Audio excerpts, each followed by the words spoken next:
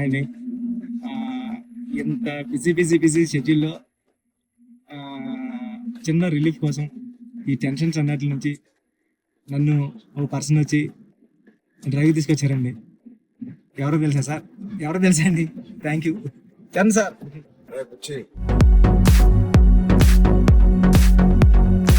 ఏం లేదు బుచ్చి, ఒకటి అడుగుతాను ఏం అనుకో కదా. చెప్పండి సార్. సరే మీరు అడిగితే ఏమనుకుంటారు సార్? నీ బైసెప్ మిస్ అవుతున్నా సార్. ఆ రోజు చూపి ఒకసారి. ఓజీ సార్ ఎంత వైరల్ అయిపోయిందంటే నన్ను ఎవరు చూడలేదు ఆ మేకింగ్ వీడియో. చిరంజీవి గారి ముందు నువ్వు చూపించిన బైసెప్ ఓజీ పెద్ది అని కూడా అనౌన్స్ చేస్తుంది.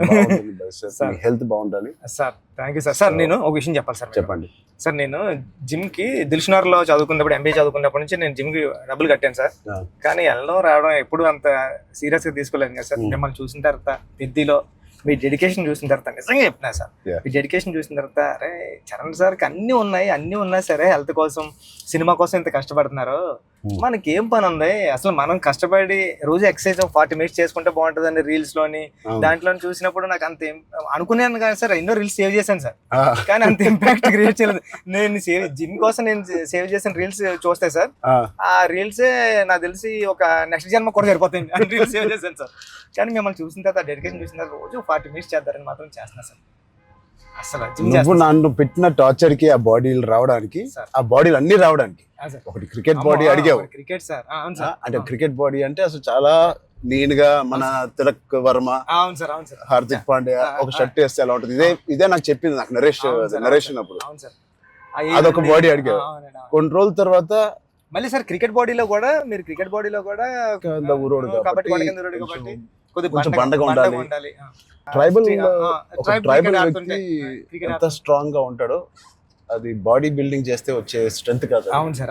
ఆడికి అలవాటుగా ఆ కొండల్లోని అట్లా తిరగడం వల్ల వచ్చిన బాడీ అన్నట్టు అదొకటి అడిగే. అది అయిపోయిన తర్వాత సార్ మళ్ళీ సార్ కొన్ని రోజులు మళ్ళీ షూటింగ్ జరుగుతా ఉంటే సార్ ఏంటి సార్ నాకు ఆ లుక్ రావట్లేదు అంటావు.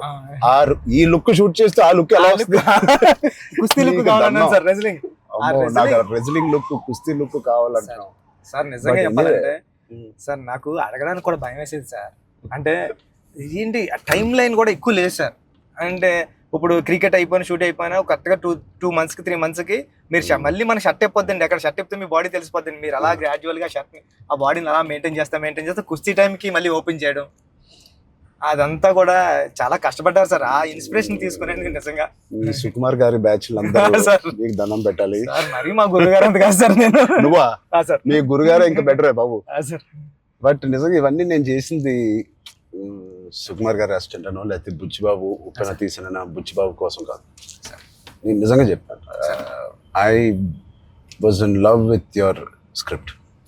నువ్వు రాసిన కథ ఆ సరస్వతి దేవి కోసం నేను ఎన్ని చేసినా ఈ సినిమాకి తక్కువే అనుకుని ఏమడిగినా నేను చేశాను. అంత అద్భుతంగా నువ్వు రాస్తావు నీ సబ్జెక్ట్. ఆ సబ్జెక్ట్ కోసం ఆ సబ్జెక్ట్ చేయించుకుంది నాతో అనొచ్చు. నేను నువ్వు కాదు సార్ నువ్వు రాసిన అంటే సార్. Thank you sir. కానీ అంటే మళ్ళీ ఇది అయిపోయిన తర్వాత ఇంకొక సెటప్ ఉందండి, మళ్ళీ దానికి బాడీ ఇచ్చారు. Surprising sir. కానీ ఆ బాడీ ఇవ్వడం కానీ ఇది చాలా స్ట్రగుల్ సార్. అంటే మీ మూడ్ స్వింగ్స్ అన్ని అంటే అక్కడ మళ్ళీ మీరు కష్టపడి ఆ ఇసుకలో దిగాల, అబ్బాయి ఎండల్లో షూటింగ్ చాలా చాలా టఫ్ అయిపోయింది సార్. నన్ను మాత్రం క్షమించండి. నిజంగా మనస్ఫూర్తిగా చెప్తున్నాను, నాకు ఏ రోజు కష్టం ఎందుకు అనిపించలేదు అంటే I really enjoyed this process. నచ్చిన పని చేసేటప్పుడు శ్రమ తెలియదు అంటారు కదా, నాకైతే అలా అనిపించింది. బట్ ఇవాళ షూటింగ్ అయిపోయిన తర్వాత నాకు బాగా తెలుస్తుంది, ఎందుకంటే నొప్పులు ఎక్కడెక్కడి నుంచో నొప్పులు బయటకు పడుతున్నాయి. ఇది మా పాపను కూడా ఎత్తుకోవడానికి ఈ చెయ్య కొంచెం నొప్పేస్తుంది. రేపు ఎల్లుండో వెళ్ళి చిన్న ఎక్స్రే తీయాలి. అంటే ఆ కుస్తీలో చేయి పట్టి అది అదురు ఉంటది, అదిరి కొంచెం ఏదో అయింది దీనికి. మళ్ళీ మీకు చేతికి అది కుస్తీలో పట్టడం, ఆ పైల్వాన్స్ అందరం తిరగేయడం అట్లతో పాటుగా మళ్ళీ సార్ పైగా నువ్వు పెట్టింది ఆర్టిస్ట్ కాదు, నిజమైన పైల్వాన్స్. వాళ్ళని బతిమాలి బాబు నువ్వు యాక్టింగ్ చేయరా బాబు అని చెప్పడానికి వాళ్ళకి టర్న్ అవడం గట్రా రావట్లేదు సార్. సినిమా యాక్షన్ చెప్తే వాళ్ళు నిజంగా కుస్తీ నిజంగా పైల్వాన్ పట్టుకుంటున్నారు. పాపం సారీ సార్ అంటున్నారు. మళ్ళీ స్పోర్ట్స్ మ్యాన్ ఇన్స్టింక్ట్ ఉంటుంది కదా, స్పోర్ట్స్ మ్యాన్ స్పిరిట్, అది ఎంత మనం యాక్టింగ్ చేయరా అన్నా కూడా రాదు వాళ్ళకి. అలా నాకే ఊపు వచ్చే ఒరిజినల్ గా వచ్చేసి మిమ్మల్ని మీ ఒక ఫైల్ మ్యాన్ అయితే పట్టుకొని వచ్చేసి టప్ మని మీ నెక్క దగ్గర పట్టుకొని అది ఎందుకు సార్ కుస్తీలో మీ కొన్న మీద అంత తప్ప అయితే నేనైతే పానిక్ అయిపోయాను సార్ నేను టక్మని లేచి అదైతే చాలా అంటే దేవుడు ఉన్నాడు కాబట్టి జరిగింది సార్ కన్ను మీద అంటే నాకు చిరంజీవి సార్ ఏం చేస్తారని భయం వేస్తుంది. సెకండ్ హాఫ్ మనం సినిమా రన్ త్రూ లో కదా తీసాం.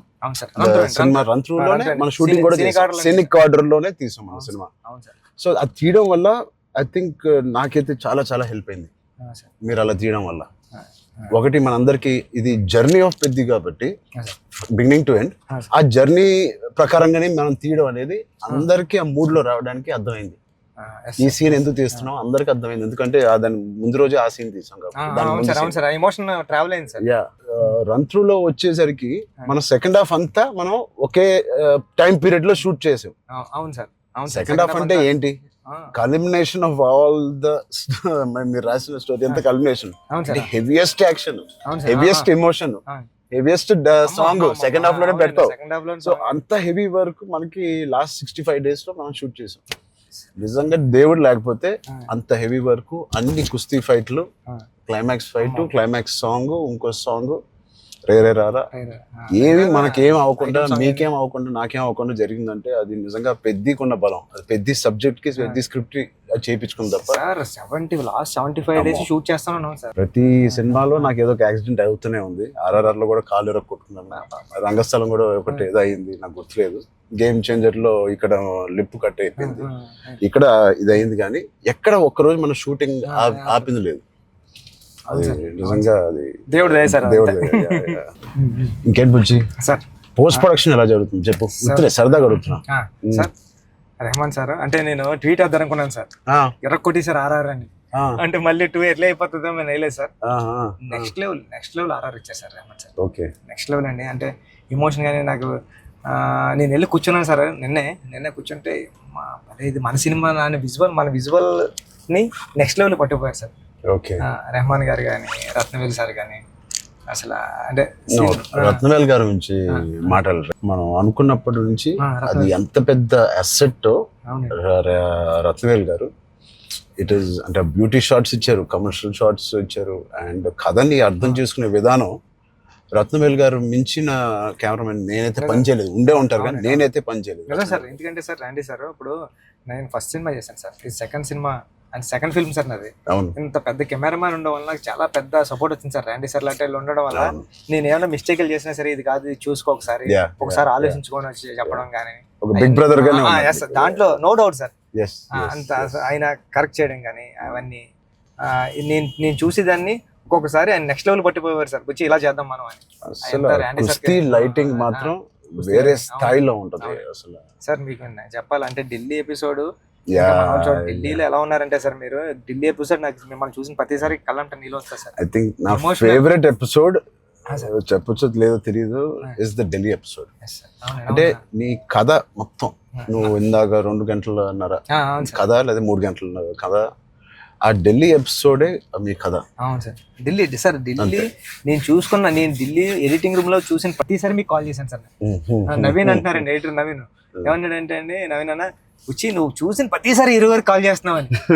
అంటే దాంట్లో ఫ్రేమ్ తీసి కట్ చేద్దామన్నా సరే నాకు భయం వేసి ఇది తీద్దామా లేకపోతే ఇది ఒక్కటే తీసేద్దామా అంటే, నువ్వు ఒకసారి గుర్తుపెట్టుకో ఈ విజువల్ చూసిన ప్రతిసారి నువ్వు రామ్ చరణ్ సార్ కాల్ చేసావు, నువ్వు ఎలా చేస్తావు ఇది అంటే అవునా అయితే తీనని మళ్ళీ దాన్ని హోల్డ్ చేసి దాని బిఫోర్ ఎక్కడ కట్ చేశాను కానీ ఢిల్లీ కట్ చేయలేదు సార్. ఢిల్లీ ఎపిసోడ్ నాకు సినిమాలో నాకు ఫేవరెట్ ఎపిసోడ్. అవును సార్. ఢిల్లీలో అప్పుడు టెంపరేచర్ కూడా చాలా చలండి, పక్కన షూటింగ్ చేయడానికి కూడా అవన్నీ క్లైమేట్ కూడా కంట్రోల్ లేదు సార్. బట్ ఎపిసోడ్ మాత్రం ఎలా షూట్ చేయాలని అనుకున్నాను. ఆ ఒక్క ఎపిసోడ్ కి రాండీ గారికి 100% ఇచ్చారు సార్. అందుకని దాన్ని వైడ్ రేంజ్ ఫ్రేమ్స్ తో స్పాన్ కానండి, అంత కలర్ టోన్ కూడా ఢిల్లీ దగ్గర కలపల్లో ఫిల్మ్ కలర్ టోన్ మార్పు సార్. లుక్ అండ్ ఫీల్ కూడా మొత్తం అంతా ఢిల్లీ అంటే ఢిల్లీ ఎపిసోడ్ లోనే ఒక వ్యవసాయం ఉంటది కాబట్టి మన సినిమాలో కానీ ఎమోషన్ అంతా హోల్డ్ చేయడం కానండి. వచ్చే twist will be the biggest twist in the అవును whole సార్ film. అవును సార్ అవును సార్ అది ఎలా రాసావో నాకు తెలియదు. సార్ నేను ఉప్పెనలో నువ్వు రాసిన ఆ పాయింట్ కన్నా సార్ ఇది ఇంటూ 100. అవును సార్. సార్ నేను అది చెప్పాలనుకున్నప్పుడు కూడా అంటే ఒక స్టార్ హీరోకి అలాంటి పాయింట్తో ఎలా వర్కౌట్ అవుతుంది అన్న థింగ్ ఉంటూ కూడా సార్ అక్కడే హీరోయిజం ఒక ఒక 50 times పెరిగిపోతుంది సార్. అలాంటి సిచ్యువేషన్లో హీరోయిజం పడిపోతుందండి. అలాంటి సిచ్యువేషన్లో ఈ కథలో అలా సెట్ అయింది సార్. హీరోయిజం నెక్స్ట్ లెవెల్కి వెళ్ళి కూర్చుంటారు సార్ అక్కడ. చాలా కన్విక్షన్ తో రాశారు. అది అందరిలో ఎక్కిపోయింది నీ కన్విక్షన్. షార్ట్ లో నువ్వు నాకు ఇంకా గుర్తు మా ఇంటికి 3 years అవును సార్ back వచ్చింది సార్. అవును సార్ బాగా గుర్తుంది సార్ మీకు. సార్ నువ్వు నేను సుకుమార్ గారు కూర్చుని కథ వినాలని డిసైడ్ చేసిన రోజు అవును సార్ నువ్వు ఎలా చెప్పావంటే కదా 2.5 hours నాకు ఇంకా గుర్తుంది. 2 hours 40 minutes 45 minutes. అవును సార్. కింద మంచి మ్యాట్ అన్ని వేయించి కిందే కూర్చుంటాను. మీరు కింద దిగిపోయారు సార్. మీరు కింద కూర్చున్నారు. అన్ని సీన్ పేపర్ వేసి dialogue to dialogue scene to scene run through తో సీన్ ఆర్డర్ తో నువ్వు నాకు ఎక్స్ప్లెయిన్ చేసాను. నేను ఫస్ట్ మెస్ప్రైజ్ అయిపోయాను. నా వైపు ఎక్కువ తలెత్తి కూడా సీన్ వైపు కదా చూసి కూడా నువ్వు చదవలేదు. తలెత్తి నాతోనే మాట్లాడావు మొత్తం. అంతలాగా నీకు ఎవ్రీ డైలాగ్ నీకు గుర్తుపోయింది. నువ్వు ఎన్ని సంవత్సరాలు రాసావు ఈ సినిమా నాకు తెలియదు కానీ four years ఉప్పిన తర్వాత డెవలప్ చేసావు. నువ్వు నరేట్ చేసిన గ్రిప్పింగ్ గా నరేట్ చేసిన విధానం కానీ నేను మెస్మరైజ్ అయిపోయాను. అసలు ఏ కథ చెప్తున్నాడు తర్వాత చెప్పిన విధానానికి నేను సార్. నాకు డౌట్ సార్, కథే అంటే అక్కడ రామ్ చరణ్ సార్ కాదు, బుచ్చిబాబు కాదు, అంటే కథే అంటే కథను నమ్మిన డైరెక్టర్గా నేను వచ్చాను సార్. కథను నమ్మిన డైరెక్టర్గా వచ్చి మీకు నేరేషన్ ఇచ్చినప్పుడు నాలో భయాలు చాలా ఉన్నాయండి. ఇలాంటి స్క్రిప్ట్ ఓకే చేయడానికి, ఇలాంటి ఎమోషనల్ డ్రామా అంటే పెద్ద అంటే యాక్షను, క్రికెట్, రెజ్లింగ్ కాదు సార్. పెద్ద అంటే ఎమోషను. నేను నేరేషన్ ఇచ్చిన ప్రతిసారి నాకు కళ్ళంట నీళ్ళు వచ్చాయి సార్. అరే అంటే ఏడ్ చేస్తున్నాను కాబట్టి ఏడ్ చేసిన కొన్ని సీన్లు అక్కడ చెప్పడం కూడా తోసేసేవాడిని సార్. కానీ ఇలాంటి స్క్రిప్ట్ని మీరు విన్నప్పుడు మీ ఫీలింగ్ అంటే మీరు ఏమనుకున్నారు సార్? అంటే ఇలాంటి స్క్రిప్ట్ చెయ్యాలనుకున్నారా వద్దా? సుకుమార్ గారు ఇచ్చిన కాన్ఫిడెన్స్ వల్ల, సుకుమార్ గారి బ్యాచ్ వల్ల ఆయన ఎందుకో నన్ను చేయమని అడగడం ఏదో ఒకటి ఉంటుంది. లేకపోతే నాకు లేదు కదా ఇంకేదో ఉంది కదా అనుకునే టైంలో సడన్ గా ఇది చేసాము. మన ఇద్దరం ఎప్పటి నుంచో రంగస్థలం టైం నుంచి మనం ఇద్దరం పని చేయాలనుకున్నాం. అవును సార్. అది ఇంత తొందరగా అది ఫస్ట్ సుకుమార్ గారు ఏదో ఉంటే తప్ప మనకు చెప్పారు. బట్ నాకు ఏం నచ్చిందంటే పెద్ద అనే ఫిలిం లో నువ్వు అన్అడల్టరేటెడ్ గా అంటే ఏవి కమర్షియల్స్ గా ఆలోచించడం కానీ ఫ్యాన్స్ పరంగా కానీ ఏ ఉద్దేశం లేకుండా ఆ కథకి ఏది న్యాయం అదే నువ్వు రాసావు, అదే నాకు చెప్పావు. అక్కడ నీ నిజాయితీ నాకు ఫస్ట్ నచ్చింది. నా క్యారెక్టర్ లో ఉన్న నిజాయితీ నచ్చింది. పెద్దిగాడి క్యారెక్టర్ లో ఉన్న నిజాయితీ నాకు నచ్చింది. దాని తర్వాత ఏదేమైనా లైఫ్ లో ముందుకు సాగుతూ వెళ్ళాలి అనే point is the biggest point of Peddi. Hurdles వచ్చిన ఇంకోటి ఇవన్నీ దేనికి చేస్తున్నారు, కథ ఏంటి, ఆ కథ ఇవన్నీ దేనికి చేస్తున్నారు, ఇన్ని ఆటలు ఎందుకు ఆడుతున్నారు, అదేంటి cross over athlete. Main point అది sir. Main point cross over athlete. ఆ క్రాస్ ఓవర్ అథ్లీట్ ఒక అథ్లీట్ గా వెళ్ళొచ్చు, ఒక కొంత దూరం వరకు తన జీవితంలో ఏదో ఒకటి సాధించవచ్చు. ఇంత తపంతో how come he went that far to do that and achieve that goal. That I feel identity, గుర్తింపు కోసం. సార్ నిజంగా చెప్పాలంటే ఈ కథ రాయడానికి మెయిన్ కారణం, మీ దగ్గరికి వచ్చిన నేరేషన్ ఇవ్వడానికి కారణం అంటే మీరు ఎప్పుడు మెరుపు టైంలో ఎప్పుడు ఎంట్రీ చేస్తే నాకు స్పోర్ట్స్ సినిమా చేయాలని కోరిక అన్నారు సార్.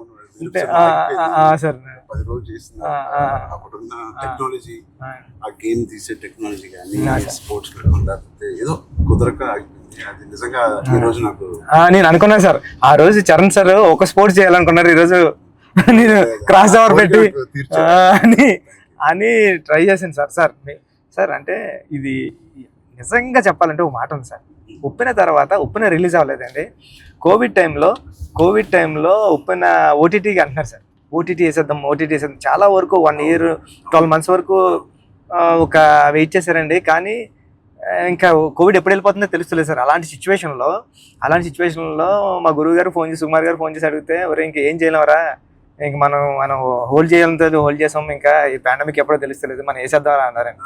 ఓటీటీ వెళ్ళిపోతామరా అన్న టైంలో ఇంకేం చేయాలో తెలియక సుకు సార్ని అడిగాను, సార్ ఏం చేస్తే బాగుంటుంది సార్ అంటే, నీ దగ్గర ఉన్న లైన్లు చెప్పరా అన్నారండి. ఈ లైన్ చెప్పాను సార్.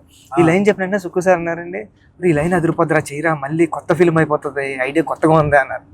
అవునా అని సార్ మీరు నమ్మరు, నాకు స్క్రీన్ షాట్ ఉంది, మా అసిస్టెంట్ రామన్ గారు కూడా అది బుక్ మరి రాసిపోయి పిఠాపురం దత్తత స్వామి గుళ్ళకి వెళ్ళి కూర్చుని, నాకు సెకండ్ ఫిల్మ్లో హీరో రామ్ చరణ్ గారు, మీకు చూపిస్తాను సార్ ఎప్పుడన్నా ఏదైనా ఇంటర్వ్యూ, రామ్ చరణ్ గారు.